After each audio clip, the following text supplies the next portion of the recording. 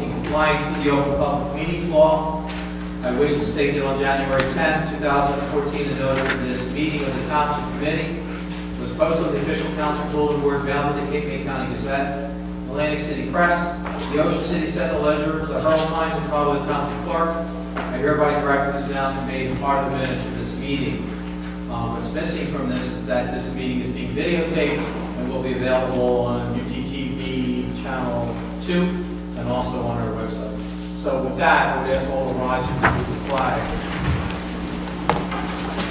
I pledge allegiance to the flag of the United States of America and to the republic for which it stands, one nation, under God, indivisible, with liberty and justice for all.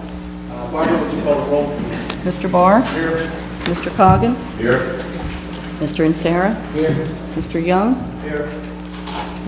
Mr. Palumbo? Here. All members are present.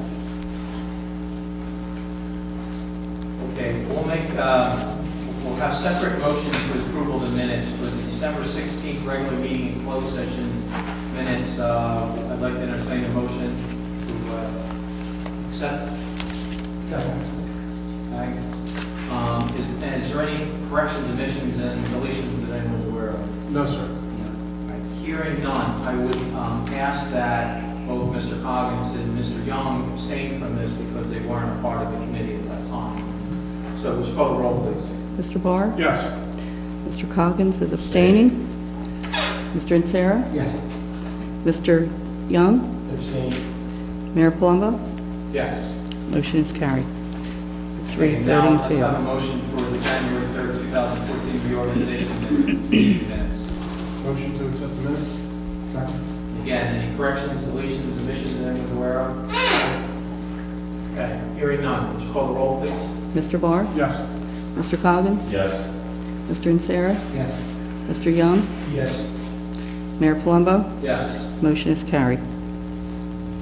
Okay, before we go to the report of governing body members and also the resolutions, I'd like to go down to the lower part of the agenda. We have Megan with us from our staff, our tax assessor, and we're going to talk about RFP results for revaluation. And rather than have Megan on, she has to go forward. She's doing us a favor to be here. I'd like to address the RFPs that have come in, and before you is a recommendation. I believe that's different than what the earlier recommendation we had. So, Megan, do you want to come up and talk to us a little bit, if you would? And just for the record, we just need you because obviously we're taking a video, we're doing everything else. So if you would state your name and your position, that'd be great. Megan McAfee, tax assessor forever. We mailed the request for proposals on December the 6th, and they were due back on January the 6th. We got 3 proposals back to us that range from $587,000 to $648,900 approximately. My original recommendation was to go with PPA, which is Professional Property Appraisers. I've since changed and recommend that we go with Vital Communications. The main reason for the change was I finally got in contact with George D'Angelo from Vital Communications, and my main concerns were all addressed. My main concern was obviously the power plant. They did contact with an MAI to do the appraisal, and that is included in the original bid, in the original proposal, excuse me. Other issues that were addressed were the INEs, which are income and expense. They need to be sent out certified return receipt. They are going to handle that, and the mailing costs included in that. That is a large expense. For one, it's about $3,000. The other issue that I had was our Marshall and Swift program. That is a commercial estimating software. They will include that license for 1 year. So with those issues being addressed, they are the lowest bidder. So I think Vital would be our best bet. And most importantly, you're comfortable that the information that they'll be providing will interface with our systems at this point so that we don't run into any difficulties. I mean, for those of us that were sitting, and I may be the only one actually on the committee that remains from the last time we had reval, and we had a number of obvious issues that transpired during that. And the process was different back then because the state required us to use a state-approved company, The state required us to go out and do a lowest responsible bidder, which means we had no control once they met the bid specs, we had to take the lowest responsible bidder, and we had significant problems because frankly, we found out that the contractor had spread itself too thin, was not able to interface its software with our software, and provided woeful, I guess is the word to be used, support when the assessments were challenged. And we had, I think, close to 700 appeals the first year. So there's a different situation this year. We can consider other factors just than price. This so happens to be a recommendation that is the lowest number that came in, but it is the system that we use, and from what I understand, Megan's satisfied with their qualifications. Yes, it's the actual system that we utilize and the county utilizes, so they will actually just open a second database. Key in the information, we'll work over with the cost, and then they'll merge into the existing Vital is the actual system that we utilize today. So there will not be any issues with conversions. And you're comfortable that the surveys or whatever drawings that they make of the properties, and they're doing it manually and then reapplying that to their software little interface, and you're comfortable that we'll get the right Correct, information? yes. They don't just go out when they do a reval, they just don't advertise in the newspaper to hire inspectors. They're inspectors that follow their team. So it's not like they already are experienced, they've already had their 150 hours, they've already had education, they've already met all the requirements. So I don't see that being an issue at all. That's all I have. Does anyone else have a question? Megan, I know John, you spoke with her. Yeah, actually for the, Add anything to this discussion? I would, for the benefit of the taxpayers who may not be aware of how these prices came to be, we went out for a request for proposals. Now, a request for proposal is different from a bid in a number of ways. With an RFP, what we're looking for is a specific amount of expertise and skills and knowledge. With a bid, we're looking for something that's very specific and measurable, like 15 nails, or the use of a man in a piece of equipment for X number of hours. With a bid, you've got to take the lowest bid. It's strictly price driven. With an RFP, you have a lot more flexibility, and what you're looking for is what the best value for the community or the bidding entity is. With a bid, there's no negotiation. With an RFP, you're permitted to negotiate. Now, leading up to this, Megan did a considerable amount of research, and as late as Saturday, it was looking like we were going with a higher priced vendor, because she had made a lot of very good points and done a lot of research with these people. And it looked like even though the original price was high, the benefit to the township was going to be better. Megan could have very easily stopped right there, and it would have cost the township probably in excess of $30,000 more than she's now recommending. And it would have been an easy thing for her to do, yet she continued on her process of, ferreting out and doing research on this. So what I'd like to say is I think Megan did an admirable job for the township in being very diligent in pursuing the best possible alternative for the township. Thank you very much. And she should be commended for such.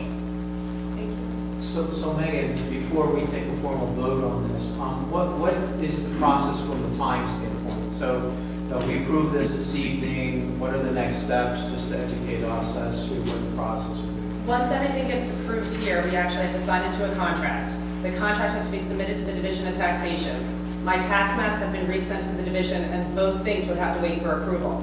Once the contract has been approved and once the tax map has been approved, then we're allowed to begin within 15 to 30 days after the awarding of all the approvals. So I guess what I'm trying to get at is we certainly want to make sure that residents are aware that this process is in place. I mean, obviously, people sometimes are uncomfortable with someone knocking at the door Absolutely. and asking questions. So, we want to do a good job educating the residents that this process is taking place. So, I mean, from a rough estimate, and I'm not looking for an exact date or whatever, but are we talking maybe June? I mean, what are we talking about so we have I enough don't time know. to let the residents know that this is going to take place? I would hope the inspections would start as soon as April. Stuff will be put in the newspaper, mailers will go out to identify when inspections will begin, who will be doing it. Everybody has to be identified by a badge. It has to be clearly in view sight. They will be knocking on the doors and making at least 3 attempts into each dwelling. If they can't get in, they have to leave a message, and the homeowner would have to then call them and schedule for an appointment. There are Saturdays appointments also that are available for the inspectors to come in. So I would hope it would begin, depending on how long the state takes, I would hope inspections could begin as soon as March. But that's tough to say until, One thing is that work that we're having done with tax maps now, is that going to have any influence on the timeliness of this start? it's already been up to Sue Davidson. They're a little slow. But that has to be approved in order for the director to approve the contract for them to be able to begin. Okay. I don't see it being an issue because the maps are very well done.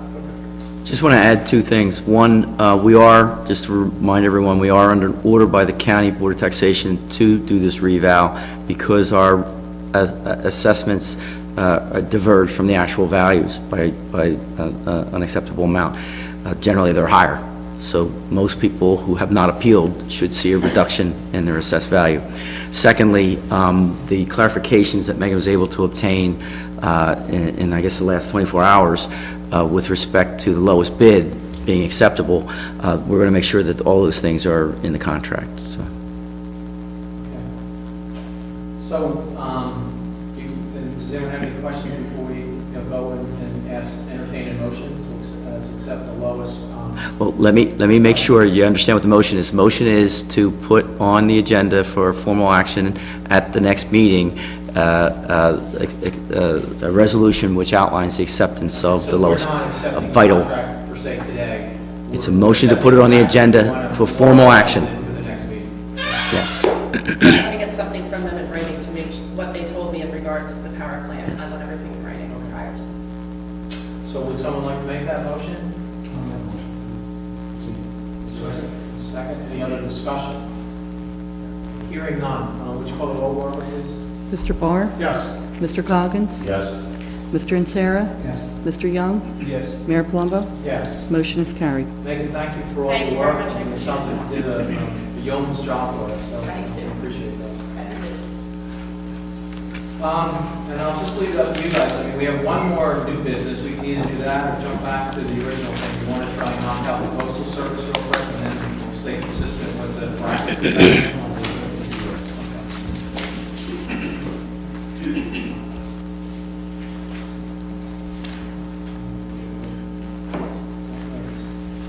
Okay, so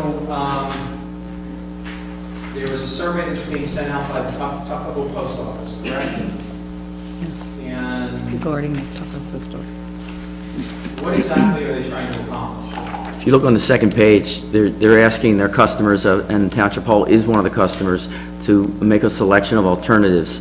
One is keep the office open, but realign weekday window service hours based on actual office workload. And then the next three are conduct discontinuation or discontinuance studies. I think Barbara has a recommendation. So the mail already is being delivered from the Marlboro Post Office through Ocean City, correct? So, I mean, we're just further alienating ourselves from Well, that's for Marmora. This is a Tuckahoe This Post is No, I Office. know that. I'm trying to use a comparison. I mean, we seem like, a year and a half ago, 2 years ago, I think it was Mr. Ansara that had requested that we looked at one zip code for the entire township, and, we had discussions of whether or not Marmora could handle it, Marmora, at least the staff there felt that they certainly could handle it, and then they've since taken all the mail delivery out of Marmora and moved it to Ocean City. And now this is also a decrease in the service, and the same thing has occurred in Stratford, from what I understand. They have very limited time in that little post office that they have over in Stratford on the amount of hours they're open. So, I mean, I understand what's being done here, trying to be convenient for the residents, but I also think that it's time for us as a committee to reach out. I know we've sent resolutions to the Postal Service, we've sent requests to Commerce a little beyond, who's trying to help us a little bit as well. But I'd like to know what the next steps are, because I think we're going further away from where we wanted to originally be. Just so you know, there's two different issues. One is the consolidation that we tried previously, and that is a separate issue, and Barbara probably has some more information on that. I think we had a discussion maybe a week or two ago that the personnel at the post office has changed, and that may be looked at again by different eyes and a different result. So I believe Barbara was going to start the process again and make the requests, but that's a separate issue from this. This is just a survey of all the postal customers out of Tuckahoe. Which of these 4 things would you like? It was mailed, my understanding is, to all Tuckahoe mail recipients. And if I might add also, So we're February, taking this more as an FYI at this point. Well, no, you have well, to it is a respond to the survey. that we have to respond So this to. is for us to respond. Yes. Yes, as a As- postal customer of the Tuckahoe Post Office. And also, February 11th, the post office will be holding a meeting here at the municipal building regarding this plan and this survey to discuss their plans for that post office. That will be February 11th at 6 o'clock.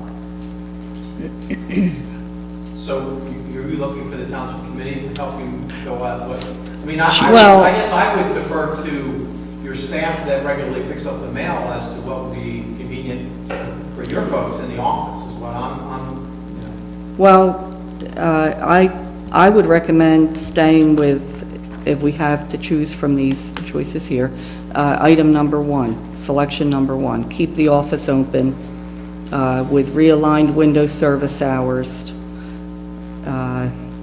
It would be, the post office hours would be changed from 8 hours each weekday to 6 hours each weekday.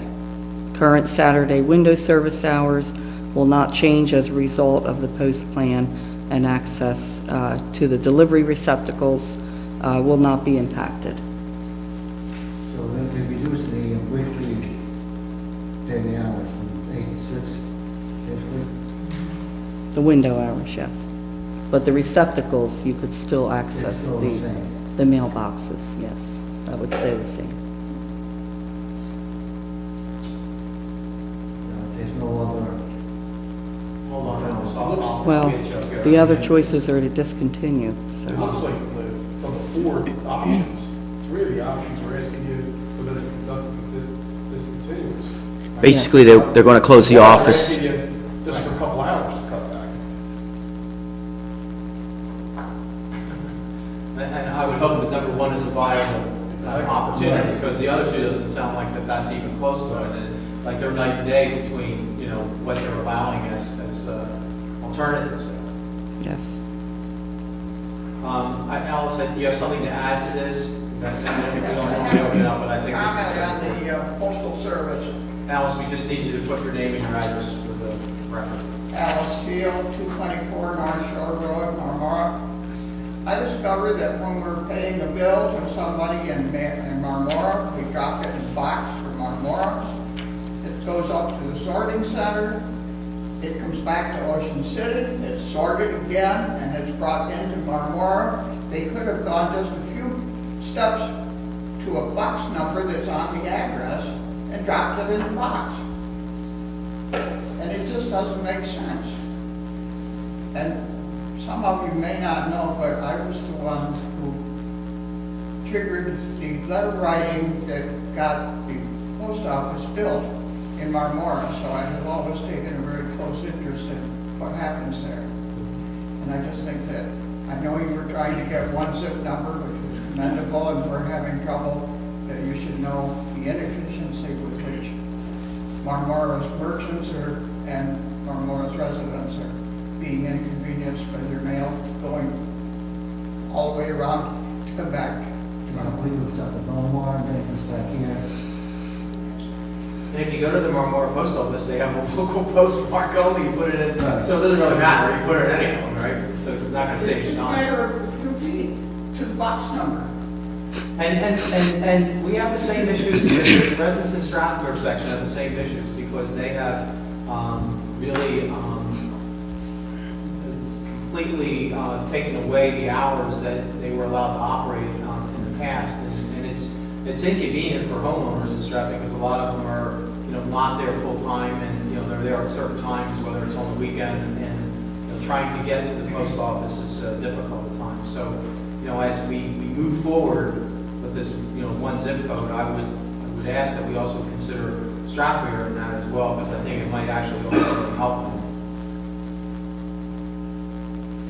So do you need a formal vote for us to say number one? Just, I don't think you need a resolution, written resolution, but you need to direct her, if you accept the clerk's recommendation, so she can fill out the survey and send it back. So would someone like to make a motion that we say that we want option number one, and I'll read it just because we can keep the office open, but with realigned weekday window service hours based on actual office workload. In the case of the Tuckahoe Post Office, hours will be changed from 8 hours each weekday to 6 hours each weekday. Currently, Saturday window service hours will not change, and as a result of post plan and access to your delivery receptacles will not be impacted like post plan. So I guess we'll make a motion, I'll make a motion that we accept number one. Second. So would you call the roll, please? Mr. Barr? Yes. Mr. Coggins? Yes. Mr. Nacera? Yes. Mr. Young? Yes. Mayor Palumbo? Yes. Motion is carried. Okay. All right, so let's go back now, and Barbara, I'll call on you, the Township Committee this evening. I just have one item, and that is, I just wanted to remind everyone that township offices will be closed on Monday, January 20th, in observance of the Martin Luther King Day. And again, if you have trash collection scheduled for Monday, then you would put out your regular trash the following day and hold your recycling until the next week. That's all I have to report. Okay? Thank you. Daniel? Nothing at this time, but we do have 2 items for closed session, personnel on a contract negotiation for the Cape May County Council on Alcoholism and Drug Abuse. Okay. Barbara? Nothing this evening, Mr. Mayor. Okay. John? I'd like to remind the committee that we have a budget workshop scheduled for January 27th, our next meeting, and that will begin at 6:30 p.m. Okay, you're gonna advertise for that, Barbara, take care of all that? We'll do 6:30 to 7:30, and then on the meeting. Okay? Okay. Great. And, John, do you anticipate us having some of our preliminary work, Barbara, that we would normally have for that meeting? I anticipate having it wrapped up by the end of this week, so we'll get it to you by Friday or... Now, I have to ask, we're being very good and very green and environmental with our online things, but I find it easier with the budgets to have a hard document. So if we could do that for that, I'd appreciate that. I was going to make sure that you had your normal binders with all the paperwork in there, Okay. so... That way we can make It's I mean, as you know, it's a very Notes and large posts. document. It's easy to pull it out and look at it rather than try and follow it on the screen, so... Okay, good. Anything else? No, that's it for today. Lee, do you have anything for us this evening? I met with some of the parents from football, and some of the people are involved. We're setting up a meeting with football to try to get things organized for that. I've also talked to Dan Young about coming up with a set of bylaws for the township to govern all sports in the township. I think there's a streamlined process, and everybody will have the same rules based on what we say, as far as coaches, how the programs are going to function. And I just think it'll bring us back into where we need to be and keep some of the conflict out. In the process of setting up our structure with the recreation department, I haven't talked to them, but been down and talked to the board, Chris, Dwayne, Johnny Adams, all the main players there. The only issue we're having right now, 2 issues really, I think about is securing the command to steal better. During the snow, there's a lot of cars, 3 or 4 cars down there carrying fields. So we're going to look at some way to try to secure that a little better, keep cars out, and, when we have storms and that kind of, those kind of things. For the man to do it, I'm going to meet with Paul when he gets back. I've already looked at the master plan. The grant coming, we want to try to get our game plans together for baseball. And try to get those things ironed out and worked out as fast as we can in baseball season up and running. One issue that I think we're going to have to address, and it's not addressed in our ordinance right now, is when outside entities come in and want to use the fields, basically for a fundraiser for their own programs or their own organizations. Right now, the way we have it, if there are under 100 people attending, the clerk's office has a way to approve. I have an issue with outside entities coming in just got to think they're bringing in a lot of teams and only paying a $100 fee. And they're going to be using a large part of the park for maybe multiple fields. So we don't have any allowances right now in our ordinances for recreation on how to. I'm not sure, I don't have the ordinance in front of me, but I believe it says per field. It does. The fee is per field, so you may want to adjust the fees, and I believe it's per event as well, so we can look into that. There was a discussion when the committee first looked at adopting the ordinance as to whether or not outside entities, it'll be offered to anyone. And the decision was yes, but you're going to have to pay a fee, and it's going to have to be it can't impact our current operations or our residents' use of the fields. So if we need to tighten up that language or change those fees, then we need to take a look at I it. think we have to look at the program's going to come in and say running a cross camp or a football camp or any kind of camp, it's an outside entity to the township function. You know, maybe they should have to pay a higher percentage. Like some of these camps I've been involved with, they walk away with $10,000 to $15,000 for the day. Well, to give you an example, the biathlon or triathlon, that my understanding is, although they do donate to some charities, it is a for-profit entity, and I'm sure it generates a lot more than we charge for the beach and the facilities. So, I think we need to make sure we have the verbiage in there and fees in there, you know, that's when the direct bar to all this on the proper way to charge. We have one before us right now for the South Jersey Hawks. Men's football league, which is the flag league that plays behind Normal School, and they've asked to be able to play a game. The first is a game on January 25th, and it turns out that it's actually a tournament sanctioned by the South Jersey Hawks to be fundraiser for their football league. And they're going to require multiple fields from the Red Books. So Paul and I had a discussion on this. Yeah, I'm going to bring it to the late committee. We already have this in place. He has not been approved yet for the 25th. But we have to know how many fields you need to. all right, and is that the one, maybe I'm mixing apples and oranges, but it may be the one that Ed was going to step in? Is a different one? This is the flag program, which I have no affiliation Okay, with all right, Anything to do with your contact football team, Ed will fill in for me. all right. All right, and if you think it's a conflict, I'll. I'd have to look at it. I know it's a different league. It's probably not a conflict unless it's a conflict with your use of the field, your personal use of the field. No, they're not asking you to use the football field or names. They're right. asking you to use the front field.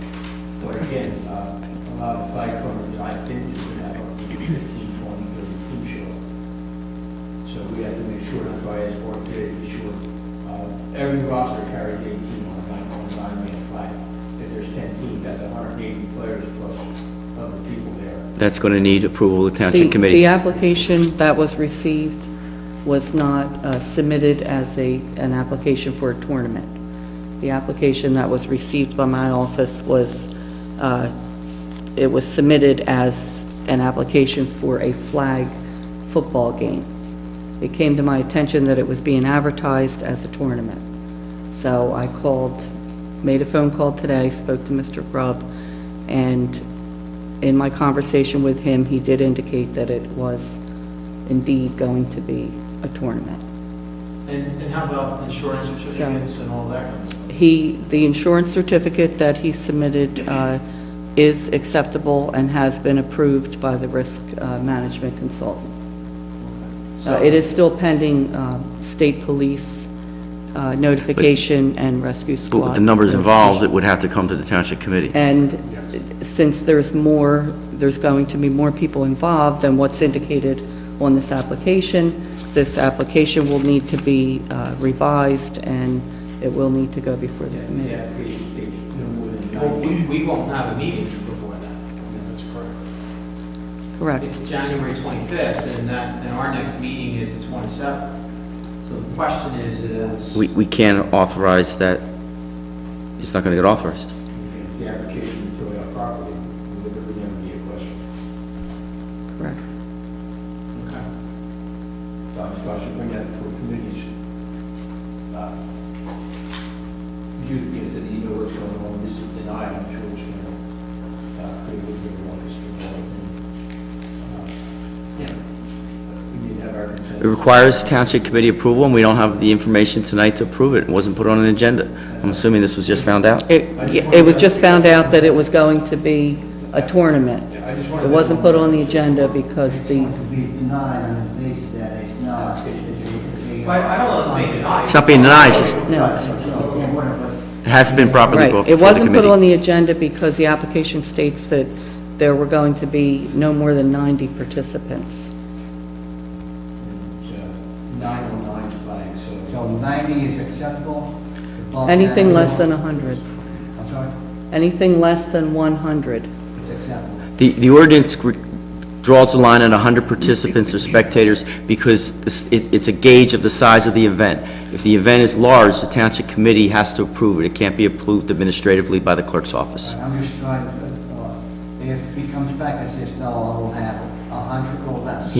She may be able to do that, but She would have the authority to approve it without. yes, and he'd be subject to fines if he did not abide by the ordinance. If the people participating in that will be reduced by the amount acceptable in the township, we can have the field. He should be able to do that, yes. You would have more than 5 teams in the tournament to do that. But- Which isn't feasible. As it stands now. Don't get me wrong, I think this is great for the township, I think it's a thing we want to bring in. Right, As that's long as it's what done I'm properly and everything's done legally, I'm all for this. But, there's going to be a sticker on our applications. It's incomplete. It's just like we've talked about in the past. You made the application is working. We found out it's going to be more than 100 people. Now we know that there's going to be an impact on public safety, on rescue.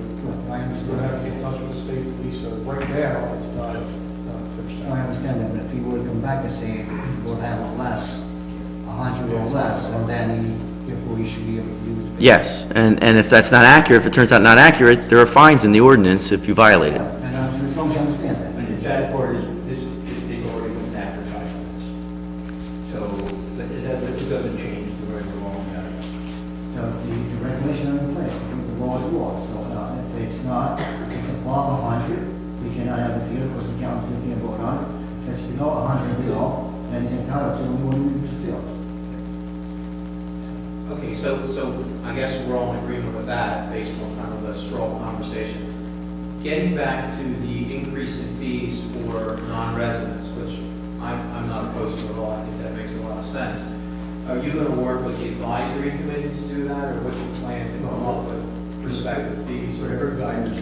Because I know we have to amend the ordinance. We'd have to amend the ordinance. What I think should happen is Hobie and I should have a meeting to go over both the issues. The first issue you brought up with respect to uniform bylaws for the various organizations and the current rules and regulations, what, if any, amendments need to be addressed. And it fits right into the conversation as to whether or not you should address the concerns about outside organizations and the fees not being enough.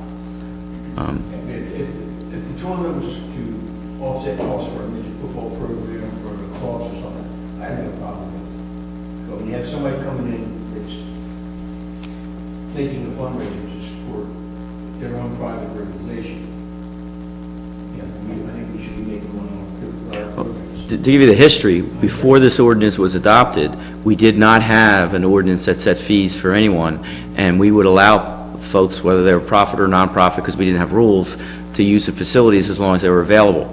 And we were becoming a magnet for outside organizations from other towns because we had such good facilities, and that's why it was adopted in the first place. I mean, I would hope as we go down in the next 3 years, maybe we start doing more sanctioned events.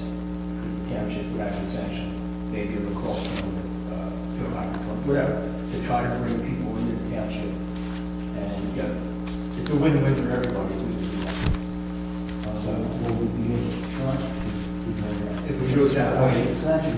they would pay to be in the tournament, and that money would go into our recreation, or wherever we get it, to offset our costs for our own recreation. Yeah, we just want to be able to not deter somebody from coming in and do the field. In other words, let's have a fee, but let's make it, so that it encourages them to not actually leave people somewhere else. I want to bring people in on their own to do it too. But I think at that point, the wear and tear on the field, the maintenance, That's the, trash collection, everything else involved with it has to be addressed. or expense and, makes it profit. Right, that's all I have. Okay, thank you. That's good. Tony? I have a few things.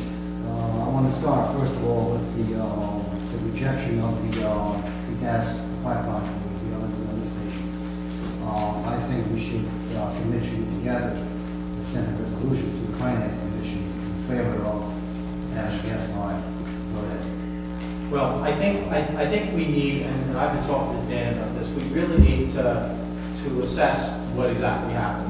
Now, the tie vote was to not accept the mutual agreement of understanding, whatever it's called, between South Jersey Gas and the Pinelands that would allow them to build the pipe, but then they would mitigate by giving $8 million to buy property. That's what I believe was rejected, correct? Does that Yes. make sense? Okay. So there are other opportunities for the pipeline to be built. What I think one of them is to appeal for a waiver for the Pinelands, and I'm not sure if that would fly. But then they can also do a creative plan. It's like go around the Pinelands, which I'm not sure that works either. So I think what we need to do before we go with a resolution, you know, saying why did you do this? I think what we need to do is to kind of really look at all the different scenarios that could play out. Well, actually, no, I'll say that in the sense that to show them that we support the gas line. One of the things we did- Pinelands would have understood that after I testified. before. One of the things we did after the decision came down was reach out to South Jersey Gas to find out their position, since they were the applicant. And frankly, it might be better utilization of our expressing a resolution if we coordinated it with the applicant in whatever track that they take. So I'm not saying you shouldn't do it, but perhaps you should. Yeah. Perhaps you want to find out the direction that the actual applicant is taking. Since we have no authority to say yes, no. Because it may be appealed, it could be appealed to the appellate division, that decision. There is a question as to whether or not the governor can reject the minutes and what effect does his rejection of the minutes of that meeting, does that have? The South Jersey Gas could conceivably change the application somewhat and then come back. Since it was such a close vote, they could convince somebody to change their mind. There could be a lot of different things happening, and it might be better served for us to see which tack they're going to take, and if we support that, to then produce a resolution of support. Yeah, I mean, I agree with Tony that, obviously, that it's incredibly detrimental to the town so much if something doesn't happen with this. So, we need to stay very close to everything that's occurring. Ironically, these little laptops, the value of the opportunities to look at, the Asbury Park Press, the Newark Star Ledger. So I've been watching everything and put some words in there to try and, come up with some further information. And those publications, besides the Lake City Press, are addressing this issue. So, I think there's a lot of research that's being done with this. So we'll have to continue to monitor it and then make a rapid decision on which way to support it. I agree with you. Yeah, as long as we have something showing that the township behind supports the gas line. The other thing is that we talk about the possibility of buying, push another trash truck. John and I have talked about it. I spoke to you briefly about that, and I talked to Roy, and the consensus is that we need another truck. The single arm, sidearm truck, at this point, we feel it's not suitable.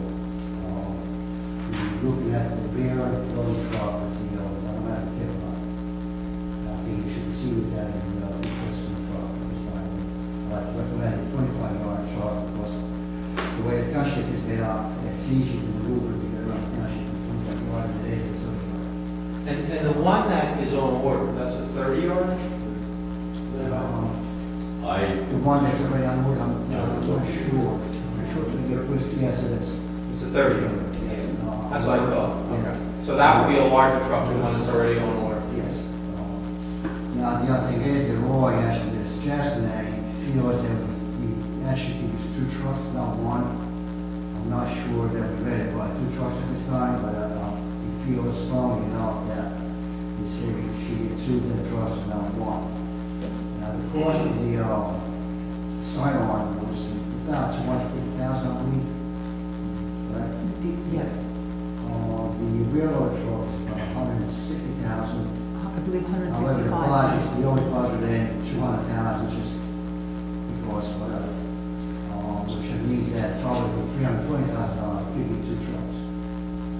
Not necessarily new trucks, but we could probably get a demo trucks, which would be really cheap. They come with the same warranty on it. So, one, we need one for sure. Two, I'd like to see 2. If it's not feasible right now, then we'll have to wait. At least I'll have to make a recommendation that we go on and buy at least 1 truck. That's a motion to accept that. For one truck? I would like to see 2. Well, the motion has to decide, what your motion would be for would be to instruct the purchasing office to prepare specs in conjunction with work, for 2 trucks?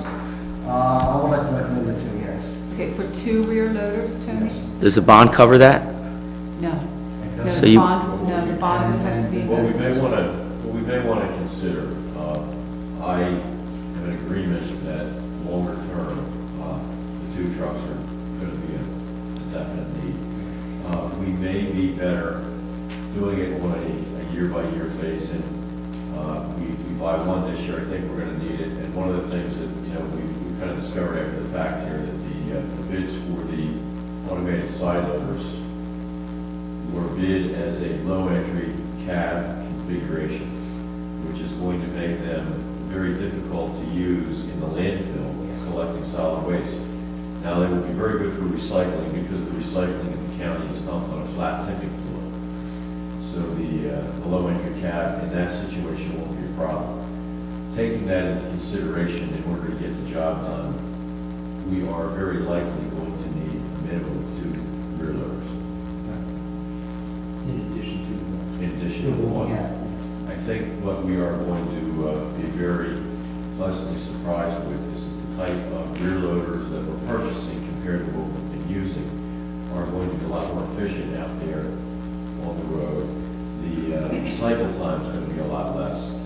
The hoppers are going to be bigger, so it will require fewer cycles of the blade, which is going to make the routes go a little bit faster. So these are things that are going to contribute to a more efficient running system. And plus the cans that we're going to be getting, we're going to be able to use on this. Because they'll still be able to use the rear. Yeah, you just put the automated tippers on the back of the rear truck. Because we talked about at one point, which for the trucks that we have, the only ones that, the way Roy is talking, it goes on nothing, we have to just scrap it. It's not worth investing in penny for trucks, and try to live with them. Yeah, that's what, when I went down and met with Roy and Chris and Joe the other day, that's exactly what I found out now. The fleet is in such bad shape right now, we had to look at the biggest bang for $1, and then hope to streamline it down the road. But right now, there's so many trucks that are not safe and they're breaking down on a daily basis. We need 3 trucks. Do we have enough money in the bond for the 1 truck? The one We is- may, I'll have to look. I'll have to look and see if we have enough money in the bond for one, what that allows. If not, I'll have to see, we'll have to amend the bond ordinance. But let me look at it first to see what it allows. Can I ask, again, something, we have a contract for repayment. Can that contract be reduced? You mean to use the funds from that to something else? You have to change the bond. They can be redirected, but that's an amendment to the bond ordinance. It's the same thing. Yeah, it's the same thing. In fact, there is one to use. That's correct. You still have to amend the bond ordinance. You still will have to go through the same process, whichever way you do it. So the first thing is to make sure you have the funds available, which is to go through that amendment to the bond, to move the funds around or increase the bond amount for the extra truck. And then the second thing would be, once that's in place, you would send out a request for bids to the various manufacturers and dealers. Are you asking for 2 new trucks, or are you asking to purchase demo trucks? Yeah. You want 2 demo trucks? Okay. These are 25 rear trucks? Yes. So do the demos, we still do bid? Yeah, exactly. It's the same process. So, I guess my question is, you had yourself a load on one or two trucks, but my question is that probably is 3-month optimistic process by the time Well, the other thing. we change the ordinance Right. and then, put it out bid. It's 6 to 8 weeks to amend the ordinance. Right, so that's what I'm saying, so, And then the bids go out, so you're talking a 3-month process. right, Well, so. can we purchase the one truck and then amend the bond after that for the other one? Depends upon what's in the bond. Yeah, I'd have to look at the bond. I don't have the bond in front of me. I'll have Right, to so, look at it. so it sounds like if we have ample funds in the bond, we should vote on a one truck purchase at this time. Yes. Because that might expedite the process a little bit, and that we can put that out to bid relatively easily, may cut down the whole process at least by a month. Because the other truck, if we have to wait 6 months, we need a year, I don't think it'd be that of a thing.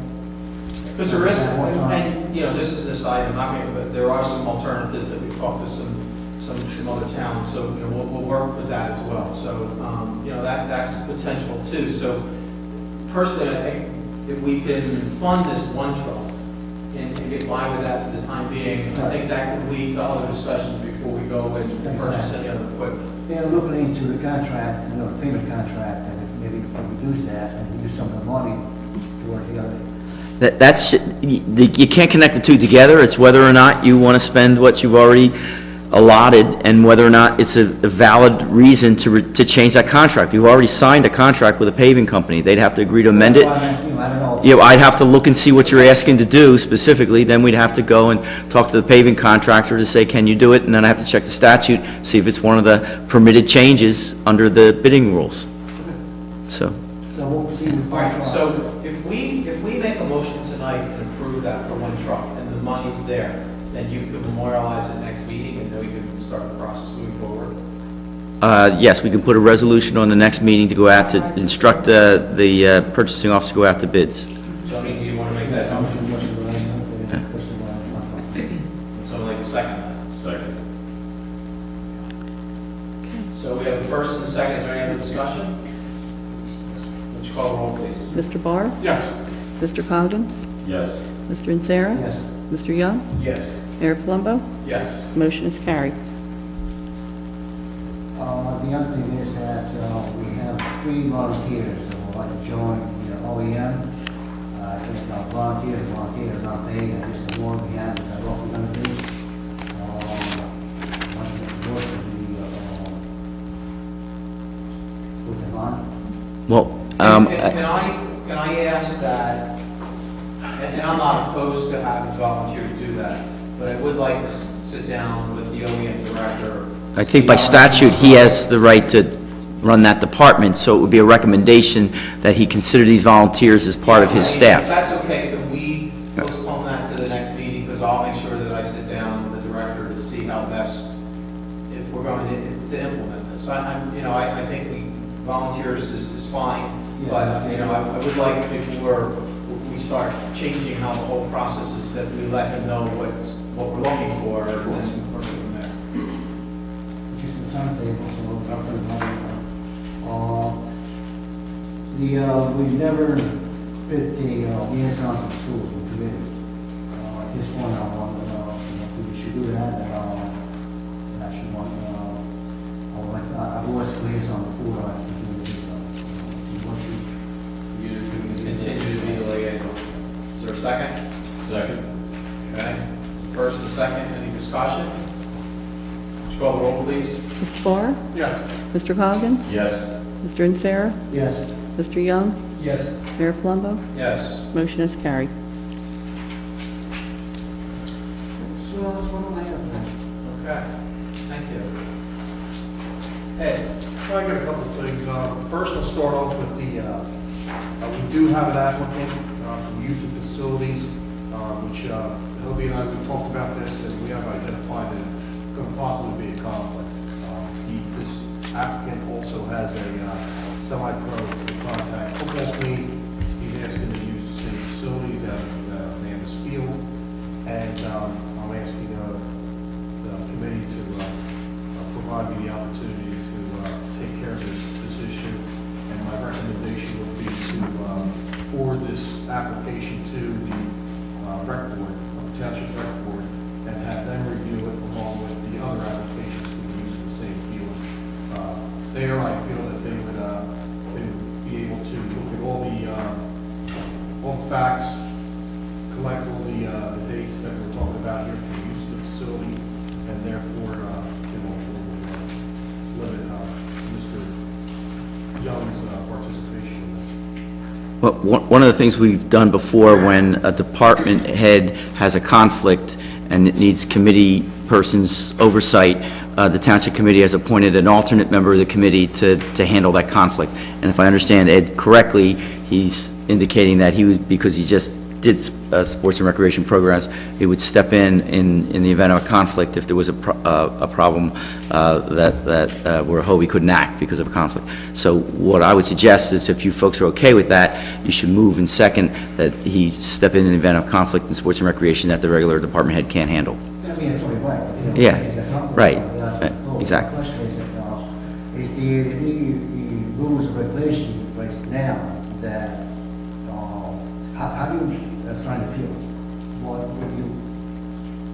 It's it's 46. first come, first served, Well, or number how one, is it? it's the time of season right now. I mean, we right now, we don't have all the dates, the exact dates. So as of right now, what we would like to do is get the applications, have the applications, complete applications, and put those complete applications before the Upper Township Rec Board, and let the Rec Board look at those dates and see what's in conflict, and make recommendations to the Township Committee on how to resolve. If I can tell you, the actual ordinance and rules of the Sports and Recreation Department indicate that first preference goes to ongoing sports programs that are township sanctioned, part of our township organization. For example, basketball gets used at the community center during basketball season, that type of thing. And if you wanted to use a community center, they would have to look for open dates where basketball's not using it, okay, in the middle of the winter or whatever. And then after that, Public Works has to be consulted for wear and tear on the facility or the fields. For example, if you had one field that was being used constantly, it would cause too much wear and tear, and Public Works may say, no, you can't overuse that field, or we just reseeded it, or whatever. And then after that, it's generally looking at what other commitments you have beyond those programs. And I think what Ed's saying is that, What I'm trying to get at is that, is it based on first come, first served, or? to some degree, within those parameters, correct? Yes. To some degree, it is within those parameters, because you may be in first, but you may get bumped because of an ongoing program. Well, I'm excluding the limitation that we have, is on first come, first based, or first served, or how does it work? We can't pick one. If the sport is in season, they get preference. I think Tony told me- Soccer, Like in our situation, an outside team, not something that's actually by the township. it's generally first come, first serve, as long as it doesn't in conflict with those other issues. And it's not always the same. Let's say Hobie has these dates already picked, okay? And I don't know if this is a forum that we should do it, because frankly, what can happen is when outside teams know, and if you say that the hard and fast rule is first come, first serve, well, I'll come in and try and reserve them for the next 10 years. And that's not rational, that's not normal. So what they're trying to do to avoid that type of thing is set up some guidelines with the advisory committee that's fair to everybody concerned. So if you did a blanket, I'm reluctant to tell you it's a blanket, because you do that and then you set a rule that may be honored, but it would be ridiculous if it went for 10 years, if I gave you dates for 10 years. And that's part of the concern, that setting a rule like that might do that. And I think that's the reason why Ed suggested it go to the Sports and Advisory Board. Do we have a system or a master schedule in place for the use of our facilities, where each of the facilities is? Yes. Yes, we do, but the problem we have, John, right now is, we're in the winter season, and we're talking about starting to look at dates that are into the spring season, and not all of those dates are in yet for any of the teams. So that's what we're asking for, is to give this to the sports director board, to look at these dates, to look at the big picture, and the impact that's going to have on the facility, and then make a recommendation. And then he asks questions. And in the past, when there's been conflicts like that, the actual participants have sat down with each other and said, okay, let's work this out, as long as it fits within the guidelines of the public works and not ruining the field or whatever. So it's worked out in the past when we've had problems like this, and I think that's what Ed's suggesting that. No, on the hand, here we have a committee man here that has football team. Because of the position that he has, he has a committee man. He shouldn't be involved in any of the decisions. And then again, he might be hurt himself, where if he puts in for the time that he wants to use the fields. He might have to do it through circumstances, where he have to step down and say, it's gonna create some kind of perception. So, That's what we're doing here. That's what we're doing now. It's exactly what's happening here. That's why he's asked, Ed has asked for the authority. He shouldn't lose, using the fields because he's a committee man, but then again, we don't want somebody else to do it. My understanding is he's not going to get involved at all. I talked to him privately, and what he said to me, what Hobie said, if you don't mind me repeating it, is that the other staff members from his team will then discuss with the Sports Advisory Committee. He's not going to be involved at all. Fairness to him and somebody My else. second command, yeah. Well, I'm saying, more fairness to you and somebody else. We should have some. Yeah. And just, for the record, all my permits were in prior to the election, so, it's, my dates are in. Again, just to clarify, I'll clarify a couple things without. I'd rather you not speak for your team, because it is a conflict. It would be better if you didn't speak on this issue because of the potential conflict. I just would think it'd be better. Yeah, I'm just looking at it to be fair to everyone. Yeah. It's really hard, because at some point, because of perception, you might find it reluctant to have, a game or whatever, Anything else there, Edward? But I don't know if you had did you have a motion and a second appointing him? When I handle the situation. You should. All right, so there's a motion to turn to advisory, and we've got a second? So, awesome. Is there any further discussion? All right, so call the roll, please. Mr. Barr? Yes. Mr. Coggins? Yes. Mr. Insera? Yes. Mr. Young? Abstain. Abstain. Mayor Palumbo? Yes. Motion is carried with 4 in favor.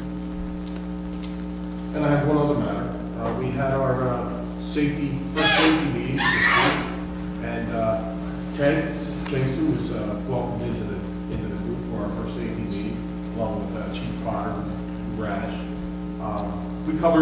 We had it was pretty much just an orientation, everybody getting to know each other.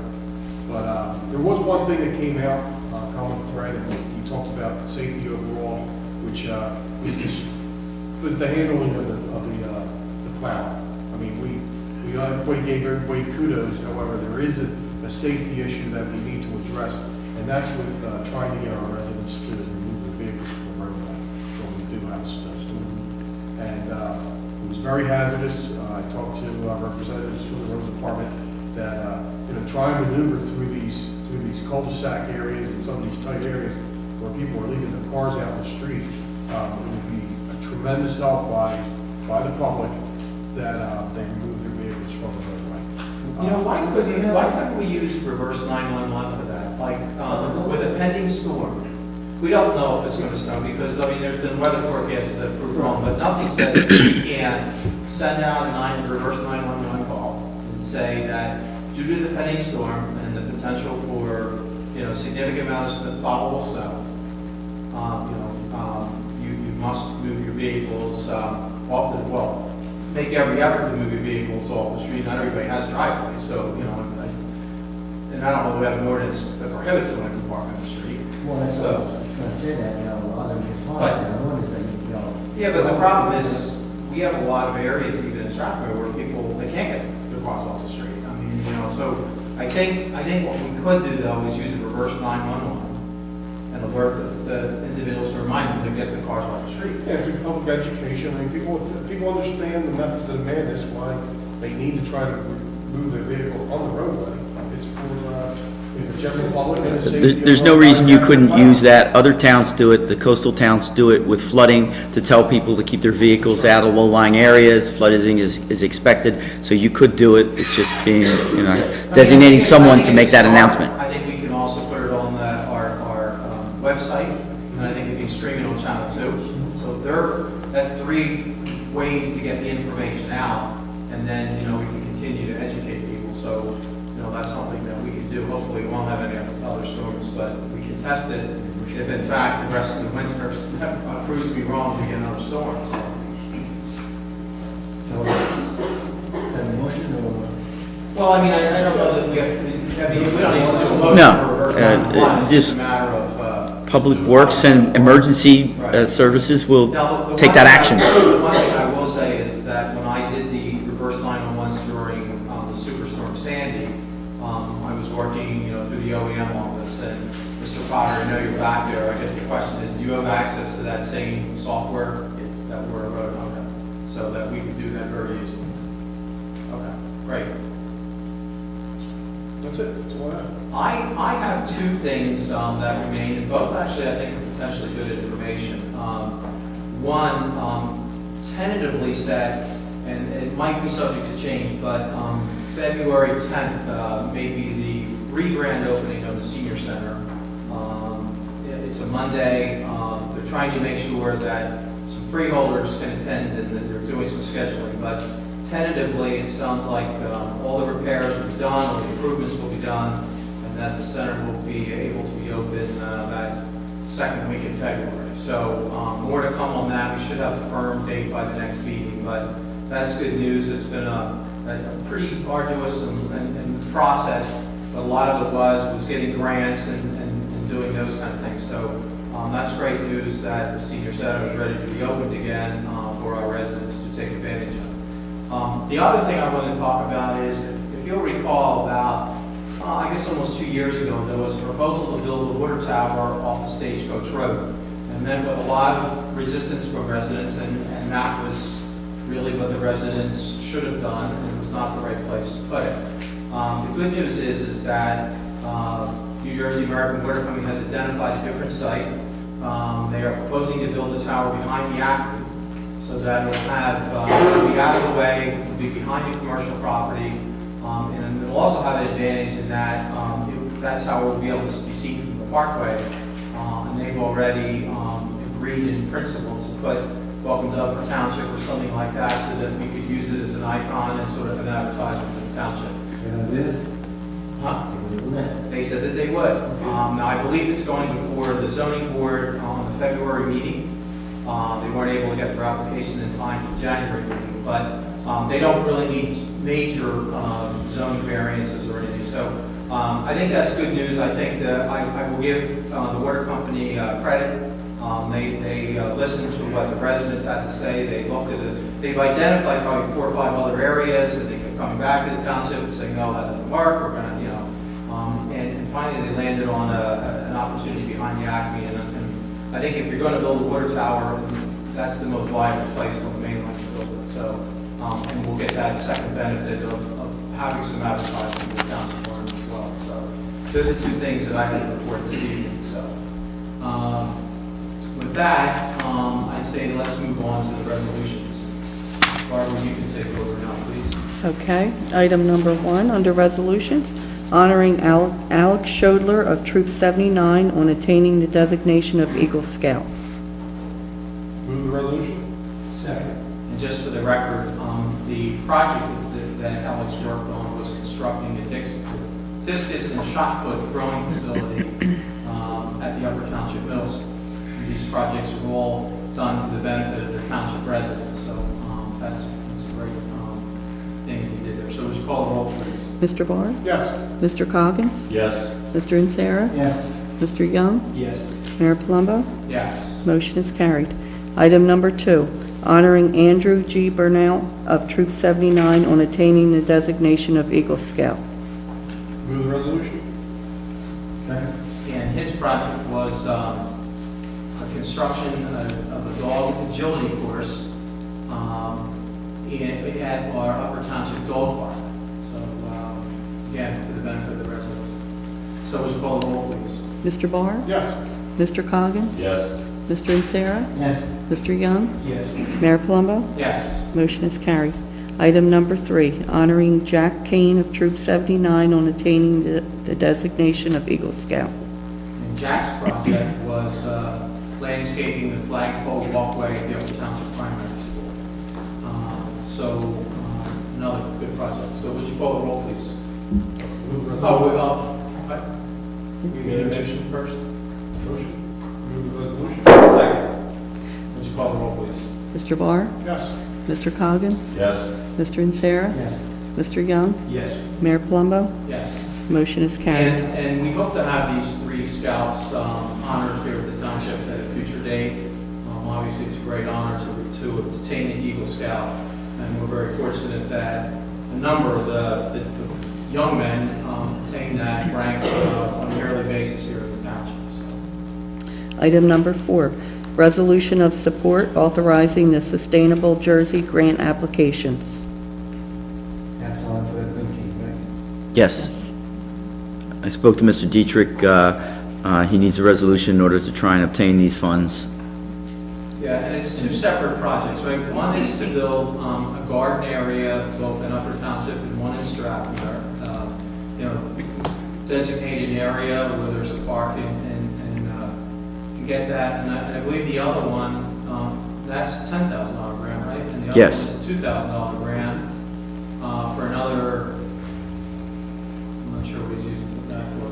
That's the garden in, For an educational process, right? no, 10,000 is for a Sustainable Jersey grant to help develop a community garden center in Petersburg and Strathmere. Yeah, but then the other grant is for educational material. The 2,000 is for websites present and educational. Right. The grants come and go. I mean, it's a good thing to have. It's a grant. The thing that I see is that once that it's been established, it needs maintenance. The grant's going to be here, we will have to fill its time. The township's going to end up supporting it and maintaining it for whatever many years. We want to be careful as to what we tread on, I'm not saying the grants come and go, but the programs are running. That's going to have a lot of expense, land's expense. We want to be careful who we build and how we build, so when we do it, we have a man. It's good to have a bill. I think we should look at the other one on this and see, how much it costs to maintain this thing for over 10 years. Well, I guess I look at it, we have that little memorial in front of where the school, the elementary, primary school is. And honestly, I mean, it looks nice in that area. No, I haven't seen the scope of this. Yeah, no, I don't think it's envisioned a huge area. I think it's a smaller area that will be dedicated towards, adding some shrubbery and some hopefully flowers or something, and maybe a park bench, nothing more. Yeah, and that's why I think it's worthwhile to do it. I think that, we have a few of those scattered throughout the township, and, I think that, every once in a while, we could address some, as it were, beautify the township a little bit, and I think it's worthwhile to give it a shot to see what happens. I mean, I'm not saying we should do it every year, It's not, but, I'm not opposed to it, just, we need to look at, our future expenses, Oh, no, I agree. There's a lot more going on, and we want other things to go, and, just look at. But part of this may also be, who knows, a future Eagle Scout project to, do some improvements around what we're trying to start here. Well, some of this, the impact will be minimal, moving forward in the future, because, grants, let's say, come and go, that shit is small to maintain these things. Well, I'd like to make a motion that we move forward with these grants to see if, any other discussion? I think it's good for the community, and when you look at the entity, maybe eventually the entry is into a township. A lot of them are quite run down. And if we can find little projects like this, maybe flowers or shows, or make some memorial parks or something that way, it just seems like over the years, nothing's been done. No, that's why I think I point to that one little section in front of the school, and honestly, it looks great when you go past it. I mean, it's something that you look at, and, it's easy to maintain, I think. I don't always know, of course, what their opinion is on it, but it certainly seems like it's not that difficult to do, and I think it's, something that's refreshing when you see it. And I think, it adds pride to the township when we have these kind of things, with people from Rock Island, who did the township. So, Mansfield is the perfect place to do things, too. I it's already maintained? I think they've already looked at, potential site in Stratford. We'll probably talk to the rest of us a little bit as well, but, where one of the, they have a little park area there, one of the street ends or whatever, so, something could be done there, and then identify another area of the township, maybe. Yeah, I think it's a great idea. I agree with Tony that be sure it's not going to be something that's going to come back to haunt us 10 years from now. We always tell you that. So would you call the roll? Mr. Barr? Yes. Mr. Coggins? Yes.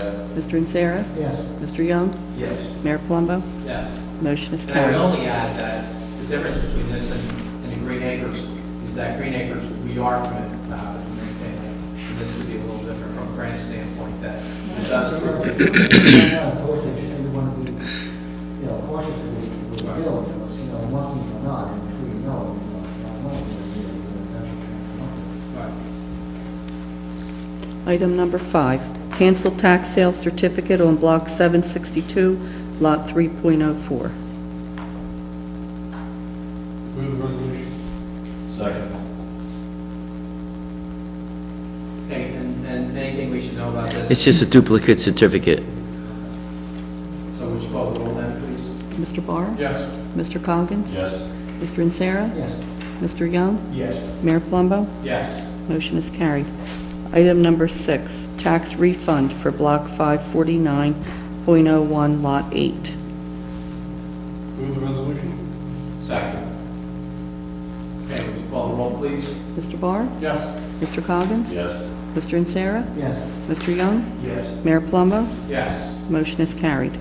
Item number 7, a resolution to affirm the Township of Upper civil rights policy with respect to all officials, appointees, employees, prospective employees, volunteers, independent contractors, and members of the public that come into contact with municipal employees, officials, and volunteers. Move the resolution. Second.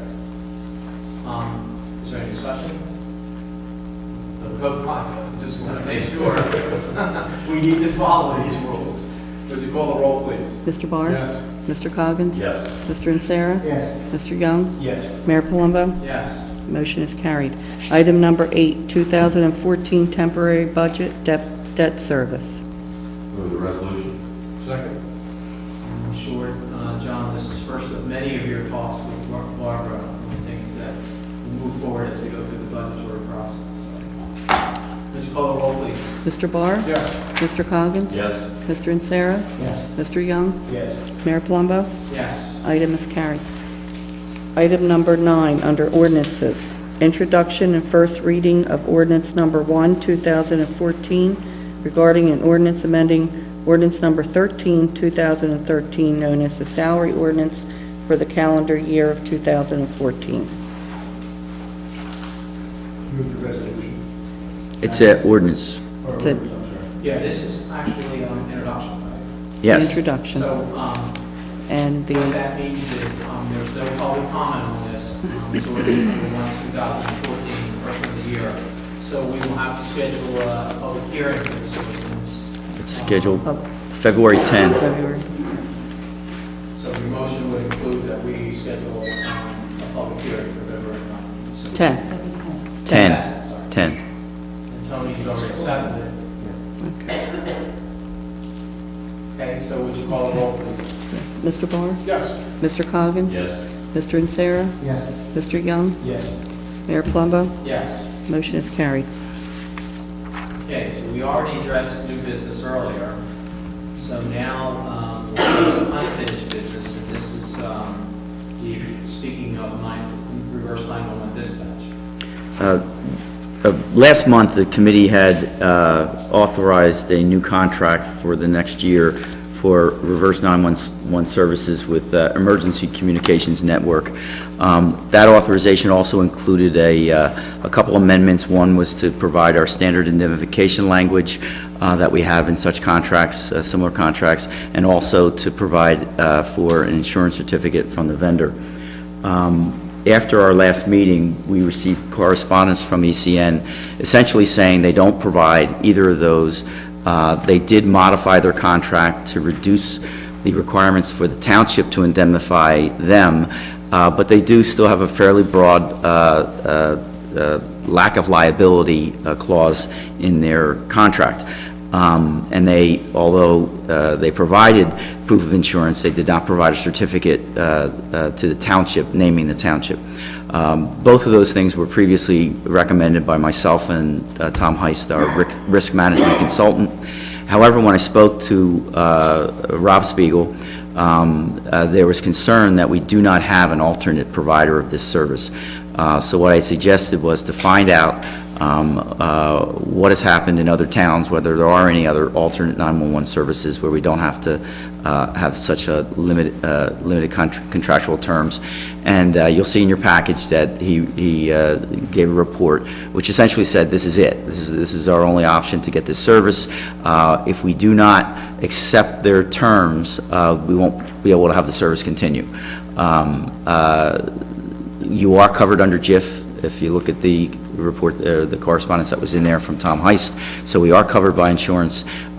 We are not necessarily liable directly for anything they do incorrectly. We just don't have the usual belt and suspenders contract provisions. Because of those changes, I wanted to bring it back to the Township Committee so you can make a decision. Is the value of the service worth the lack of strong contract terms? Well, from personal experience, I will tell you that the reverse 911 is the greatest asset we have for getting information out to the majority of the people with very minimal amount of time. It worked incredibly well during Superstorm Sandy. It's worked well for the school system. They use reverse 911 for school closings. They've used reverse 911 for unfortunate things when they've had an occasional lockdown for some unfortunate incidents that have occurred. But it is a resource tool that we can utilize to get mass information out to people quickly. And to not have that tool available to us, I think, would be a detriment. And I prefer to go in with a little bit of risk, knowing, that we're still covered through JIF for the most part, than not having it all. And I think we're more at risk of not being able to get information out to our residents, in a timely basis when we have emergencies. So I will tell you that Rob Spiegel did indicate that all the other municipalities they contacted, not only did they accept the original language, they didn't even ask to get it changed the way we did. So the language they proposed to us is more beneficial than the original contract language that we tried to change. So frankly, you're in the same boat as numerous other municipalities, are probably maybe a little bit better situation. Yeah, I agree with the mayor. It's definitely it's a valuable resource. I mean, with my experience that I've had, and unfortunately, we're limited to only one vendor. And I would say that we should continue with this service. And Dan, with his due diligence, along with Mr. Rice, did look at our best interest in limiting our liability. However, You feel this is the best? I frankly think that it's worth the risk. You have to weigh having the 911 service with the likelihood of some catastrophic event where someone files a claim against you that really you didn't have anything to do with. It was the provider of the 911 service. Grandma didn't get the phone call because their system had a glitch. I still believe the way it was changed, they could go after the service provider, but we are not indemnified. We could get stuck in the middle of that. Our insurance carrier our risk management consultant has indicated our carrier will cover it. JIF covers that. So we're covered, we just don't have the belt and suspenders we usually have. And is that lack of extra coverage reason enough not to have the service? I don't think so. I wouldn't if I were you, but that's your call. That's why I'm bringing it back to you. I absolutely agree. And the fact that we have had real usage of it during a real, tremendous storm, storm of the century that hopefully we'll never see again. To me, it's insurance in itself to be able to educate the residents and inform the residents what's happening. Because a lot of them, the only opportunity they had was getting this call, whether it was through their house or then some of them had it registered through their cell phones. So if they didn't have electricity, and for whatever reason their phones ran off electricity, they didn't have that access. But it really reached a number of people, and post the storm, some of the best comments we had from the residents was that they like at least felt that we were informing them on a daily basis as to what was occurring. So I'd like to make a motion that we accept the contract based, and knowing that there potentially could be some risk just based on what Mr. Young has indicated. I'll second that. Please call the roll, please. Mr. Barr? Yes. Mr. Coggins? Yes. Mr. Ansara? Yes. Mr. Young? Yes. Mayor Palumbo? Yes. Motion's carried. Item number 13 under discussion is the Planning and Zoning Board structure. Okay, so, Tony, would you like to lead the discussion on this? I think just for the education of the people that are attending and those that are viewing this video at a later time, in order for us to combine the zoning and planning, we would have to go through an ordinance process, which would require a public hearing, not unlike what we did at a prior vote earlier, introducing it at a later meeting and then having a formal public hearing. So with that, this will be just a discussion as to whether or not we want to get to that point, and then go forward with the ordinance. So I know, Tony, that this is something that I know, John, you've done a lot of research on it as well, so whoever wants to start, I'm very comfortable with that. Well, I'm going to start trying to maybe go.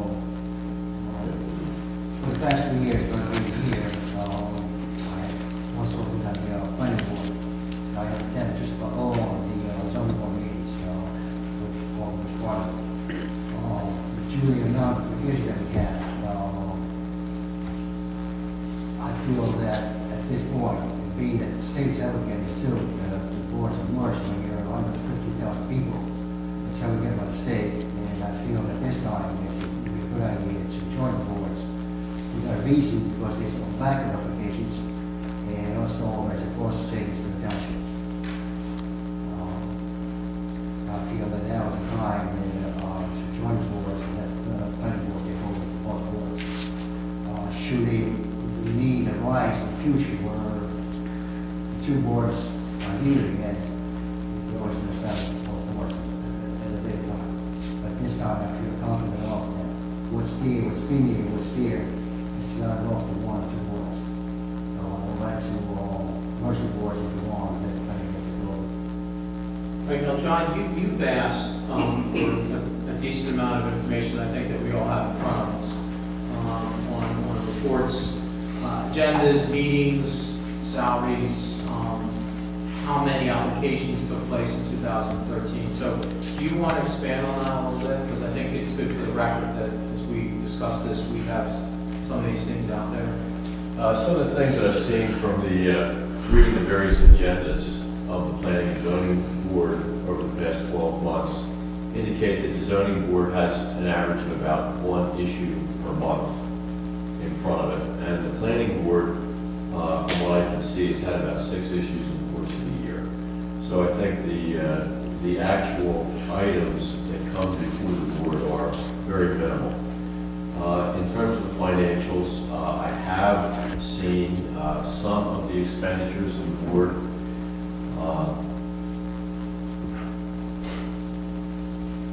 And looking at that, from what I'm seeing, it looks like it's about a $40,000 per year expenditure.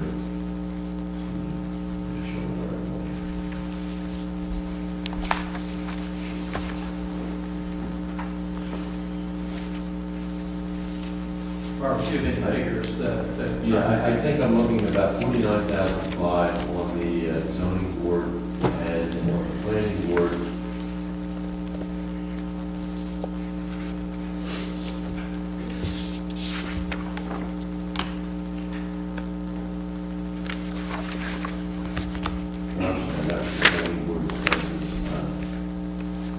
The zoning board total.